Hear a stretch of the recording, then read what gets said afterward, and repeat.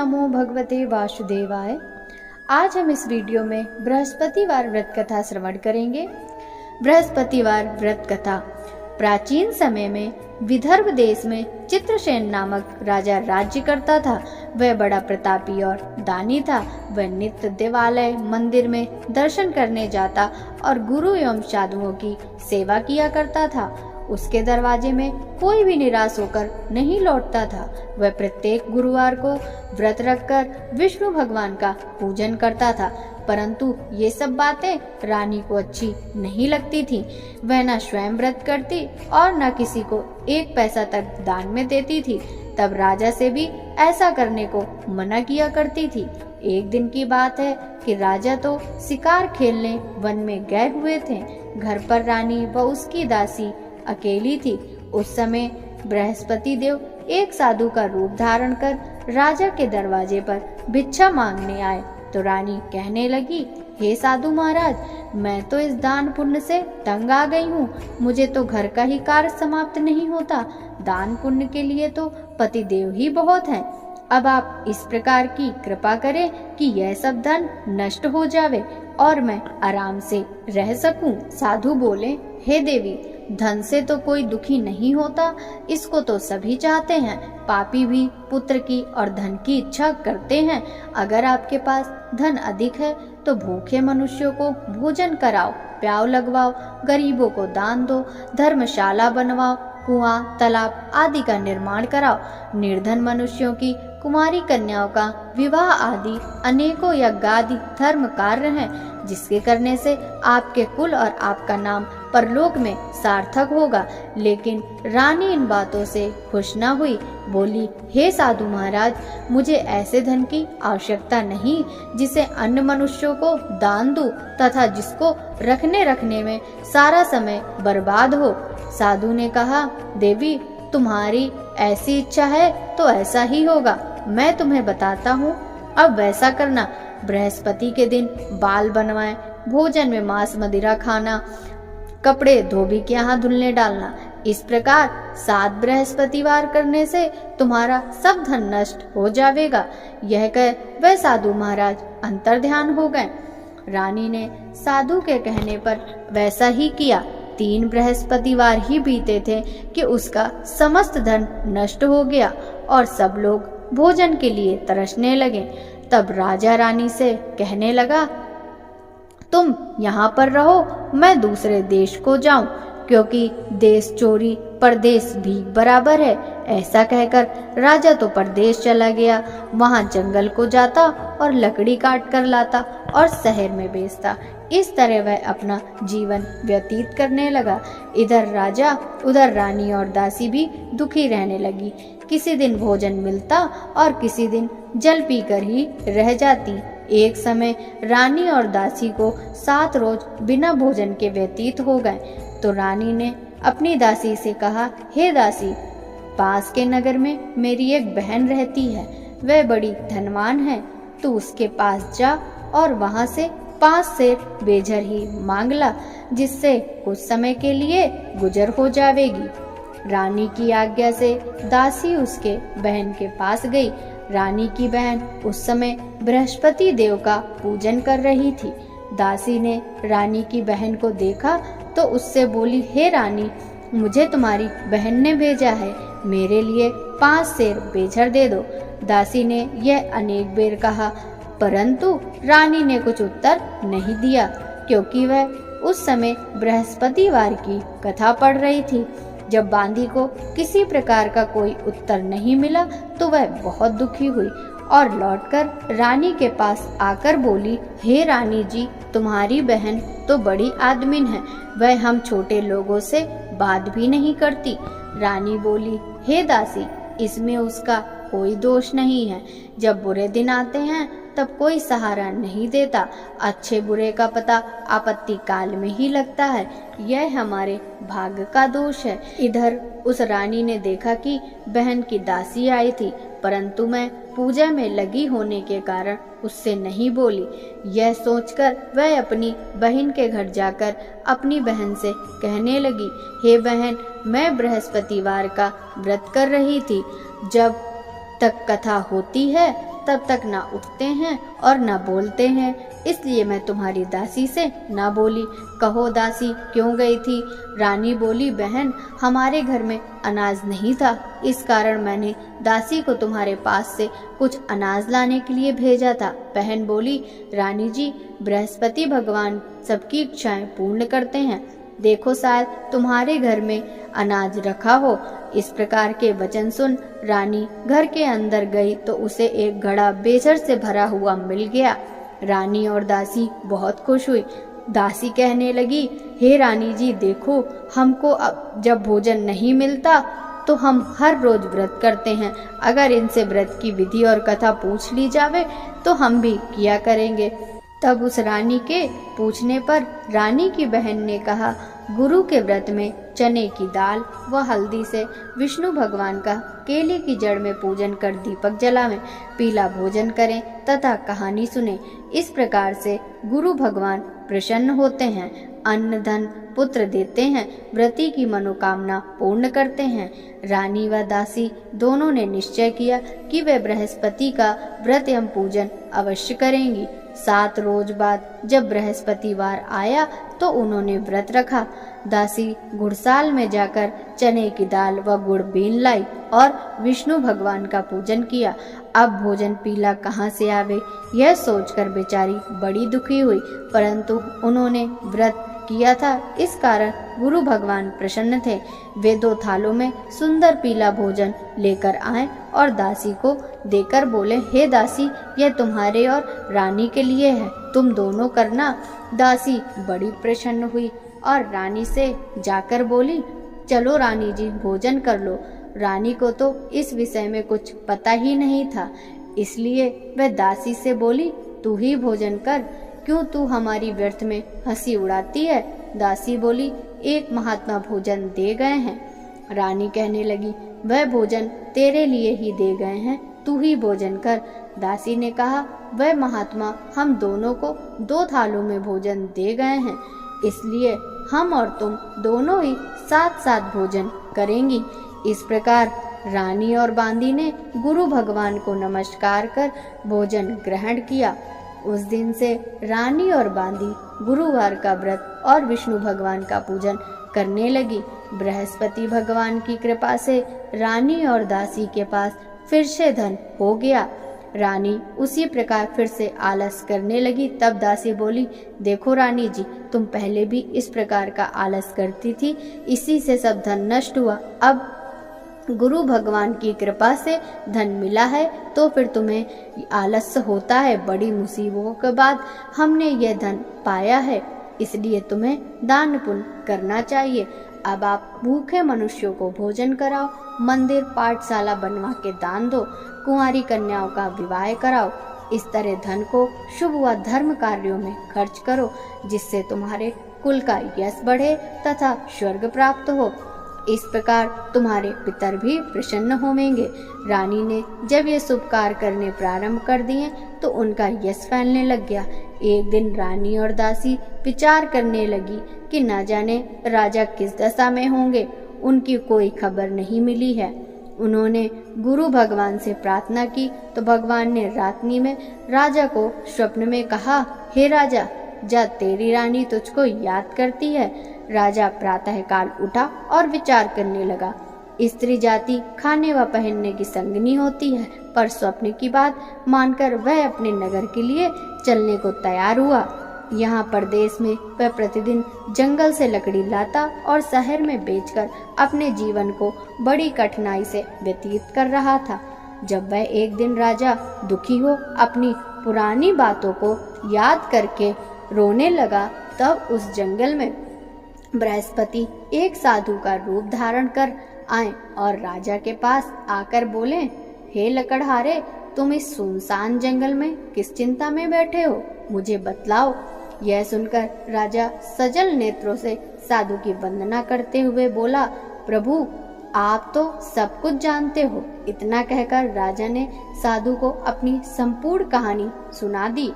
महात्मा तो दयालु होते हैं। वे बोले, अब तुम किस बात की चिंता मत करो, भगवान तुम्हें पहले से अधिक धनवान करेंगे। देखो तुम्हारी स्त्री ने गुरुवार का व्रत प्रारंभ कर दिया और तुम भी मेरा कहा मानकर बृहस्पतिवार के दिन व्रत रखकर चने की दाल व गुड़ लोटे में डालकर केले का पूजन किया करो तथा कहा करो, भगवान तुम्हारी सब कामनाओं को पूर्ण करेंगे। साधु को प्रसन्न देख राजा बोला, प्रभु मुझे लकड़ी बेचकर इतना पैसा नहीं मिलता जिससे भोजन करने के बाद कुछ बचा सकूं। मैंने कल रात्रि में अपनी रानी को भी व्याकुल देखा है। मेरे पास कुछ भी नहीं है जिससे उसकी खबर भी मंगा सकूं। फिर मैं कौन सी कहानी कहूं, यह भी मुझको मालूम नहीं है। साधु ने कहा, तुम किसी बात की चिंता मत करो। बृहस्पतिवार के दिन तुम रोजाना की तरह लकड़ियां लेकर शहर जाओ।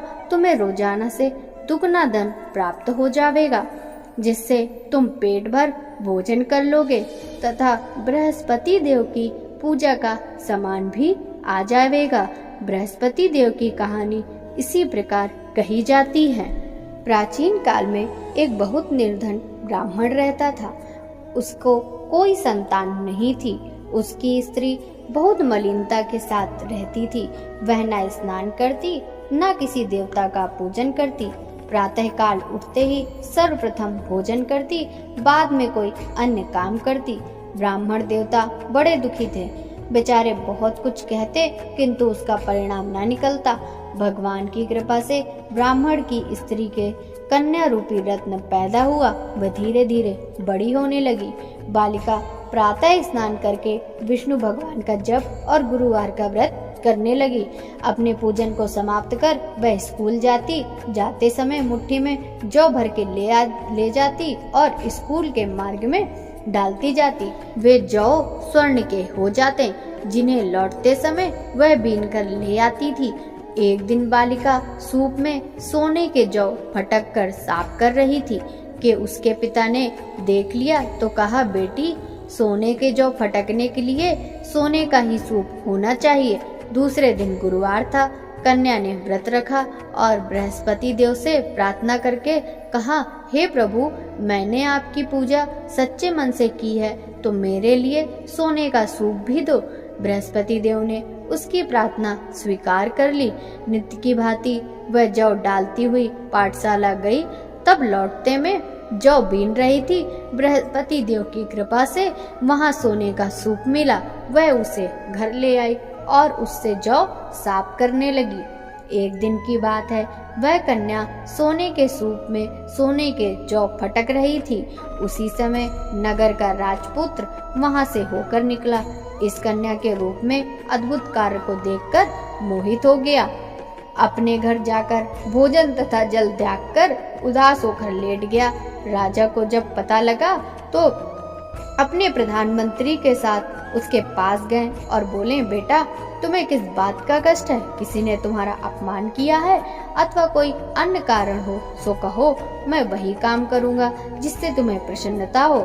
राजकुमार बोला, मुझे आपकी कृपा से किसी बात का दुख नहीं। मैं तो उस लड़की के साथ विवाह करना चाहता हूँ जो सोने के सूप में सोने के जौ साफ कर रही थी। यह सुन राजा आश्चर्य में पड़ गया और बोला, बेटा ऐसी कन्या का पता हमें बताओ, मैं उसके साथ तेरा विवाह अवश्य ही करा दूंगा। राजकुमार ने उस लड़की के घर का पता बतलाया तो मंत्री उस लड़की के घर गए और ब्राह्मण से सभी हाल कहा। वह ब्राह्मण अपनी कन्या का विवाह करने के लिए तैयार हो गया।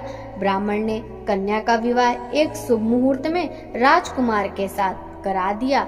कन्या के घर से जाते ही उस ब्राह्मण के घर में पहले की भांति गरीबी का निवास हो गया। भोजन के लिए भी अन्न बड़ी मुश्किल से जुटता था। एक दिन दुखी होकर ब्राह्मण देवता अपनी पुत्री के पास पहुँचे। बेटी ने पिता की दुखी अवस्था देखी तो बहुत सा धन अपने पिता को दिया।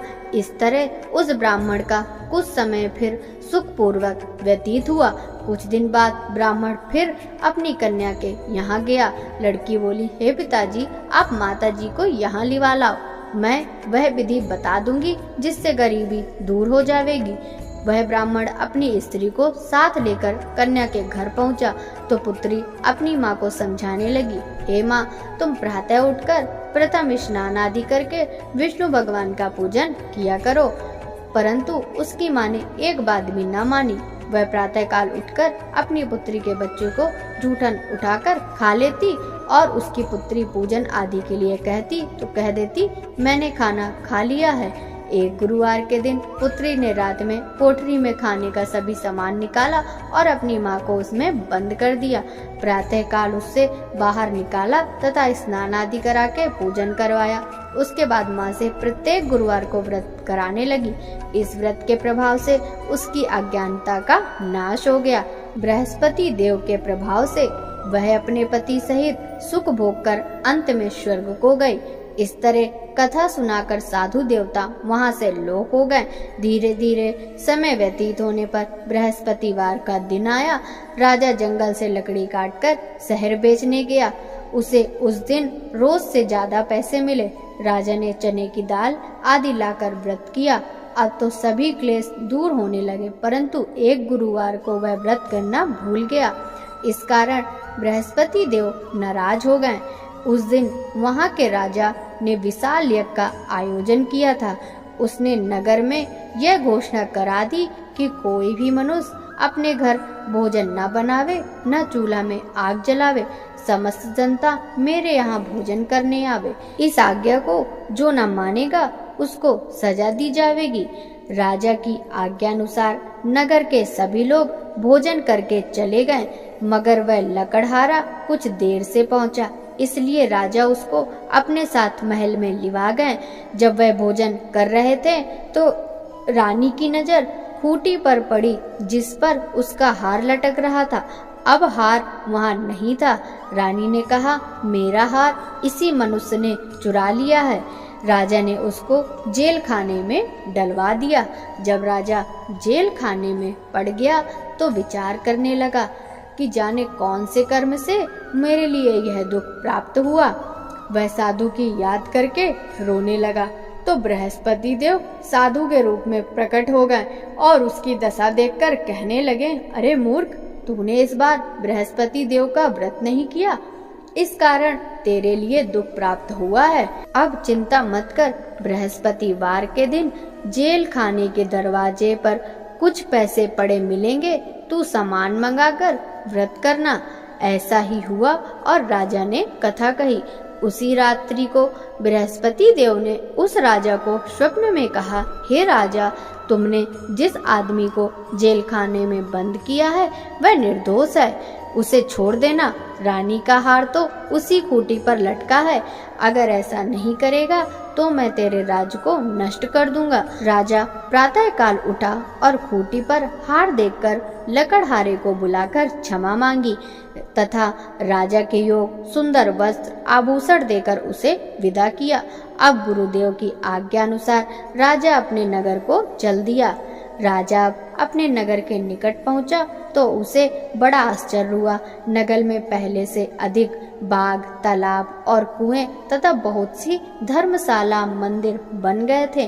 राजा ने पूछा, यह किसके बाग और धर्मशाला हैं? तब नगरवासी कहने लगे, यह सब रानी और बांदी के हैं। राजा को सोच हुआ और गुस्सा भी आया। जब रानी ने यह खबर सुनी कि राजा आ रहे हैं तो उसने बांदी से कहा, हे दासी, देख, राजा हमको कितनी बुरी हालत में छोड़ गए थे, कहीं ऐसी हालत देखकर कुछ संदेह करके लौट नहीं जाएं। दासी राजा को अपने साथ लिवा लाई।